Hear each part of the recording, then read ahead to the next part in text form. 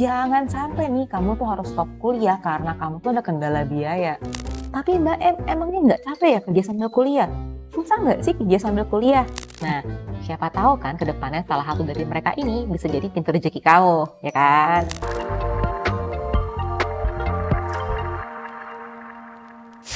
Guys, di sini siapa nih yang udah kerja kantoran, tapi tuh masih pengen loh lanjutin pendidikannya.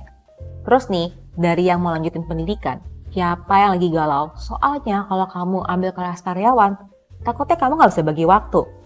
Atau ada yang nggak mau ambil kelas karyawan nih, maunya reguler aja. Mungkin kalau ada yang mau ambil yang reguler aja, kalau misalnya kamu emang nggak ada kendala biaya atau yang lainnya nih, kalau kamu berhenti kerja, pasti bisa-bisa aja. Tapi kalau misalnya kamu berhenti kerja, terus nanti ke depannya tetap harus mikirin nih gimana biayain kuliah kamu. Better pertimbangin ya, ambil kelas karyawan aja ya. Kalau kamu belum tahu, kelas karyawan itu merupakan kelas perkuliahan yang memang untuk para pekerja profesional yang mau lanjutin studi tanpa harus tinggalin pekerjaan mereka. Programnya tuh biasa tuh ngelawarin jadwal kuliahnya lebih fleksibel. Diadainnya di malam hari atau mungkin di weekend sehingga tuh pasti nggak ganggu waktu kerja kamu. Kelas karyawan ini juga biasanya tuh nerapin paduan kuliahnya tuh antara offline sama online. Tapi emang jurusannya most likely lebih terbatas. Kalau kurikulum dan masa studinya sama kok sama kelas reguler. Terus nih, kalau kamu mutusin buat kerja sambil kuliah ya, manfaatnya lumayan banyak loh. Salah satunya nih, yang pasti tuh kamu pasti bisa memperluas relasi kamu. Soalnya kan pas lagi kuliah kamu nggak mungkin sendirian kan. Seangkatan nggak mungkin cuma kamu doang. Jadi, kamu pasti bisa kenal sama orang-orang baru di kelas kamu yang tentunya dari beragam usia dan latar belakang. Nah, siapa tahu kan ke depannya salah satu dari mereka ini bisa jadi pintu rezeki kamu, ya kan? Terus, kamu juga ngelatih buat manage tanggung jawab sama waktu. Soalnya nih ya, kalau kamu kuliahnya tuh kelas reguler, tentunya jauh lebih gampang buat kamu manage semuanya. Tapi gitu kamu sambil kerja, kamu pasti harus bisa dong bagi waktu antara kamu kerja sama kuliah.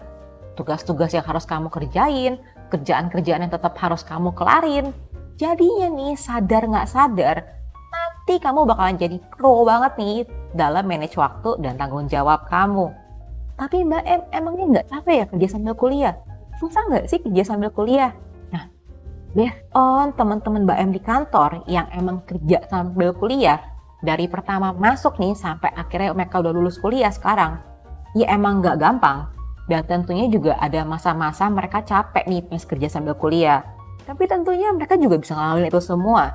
Dan lewat Mbak M, mereka tuh mau share beberapa tips buat kalian yang mau kerja sambil kuliah. Yang pertama, kamu tuh harus paham bener tuh motivasi kamu tuh apa. Soalnya motivasi kan pasti beragam ya. Misalnya emang kamu mau nimba ilmu, mau memperluas kesempatan kerja, kamu mau buat dapet jenjang karir yang lebih baik, dan lain sebagainya. Yang pasti nih, kamu jangan cuman pengen ya, oh saya pengen kerja sambil kuliah biar kelihatan keren. Atau karena kamu tuh FOMO, atau kamu mau ikut-ikutan temen kamu gitu. Jangan loh, soalnya nih itu butuh komitmen 100% loh ya. Jadi tuh kamu bener-bener harus komit kalau kamu tuh gak bakalan stop di tengah jalan. Soalnya nih ya, based on temennya AM, dia pas kerja sambil kuliah ini, angkatan dia banyak yang nyeret tengah jalan loh. Bayangin aja, dari 40 orang pas awal masuk, cuma jadi 10 orang pas lulusnya. Jadi emang penting banget kan motivasi kamu tuh apa, super jelas gitu. So kamu tuh gak bakalan give up gitu aja. Sayang kan waktu sama dana yang udah kamu kucurin buat kuliahnya. Yang kedua, cari info sejelas-jelasnya soal kampus yang ada kelas untuk karyawan. Terus kayak jurusannya apa aja, jadwal kuliahnya tuh gimana. Dan yang penting juga, biayanya berapa. Jadwal kuliah tuh bakalan ngaruh banget ke kamu. Jadi perlu banget kamu cari yang pas. Soalnya nih, biasanya, buat kamu bisa ikut ujian, dibutuhin minimal 75% kehadiran. So, sebisa mungkin lah kamu cari jam kuliah kamu yang benar-benar di luar office hour kamu. Jangan cuma beda 30 menit dari office hour, cari yang jedanya lebih banyak.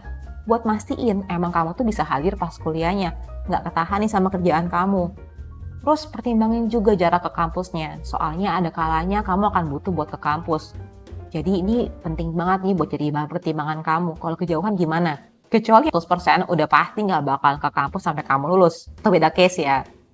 Biaya itu juga perlu jadi bahan pertimbangan kamu. Jangan sampai nih kamu tuh harus stop kuliah karena kamu tuh ada kendala biaya.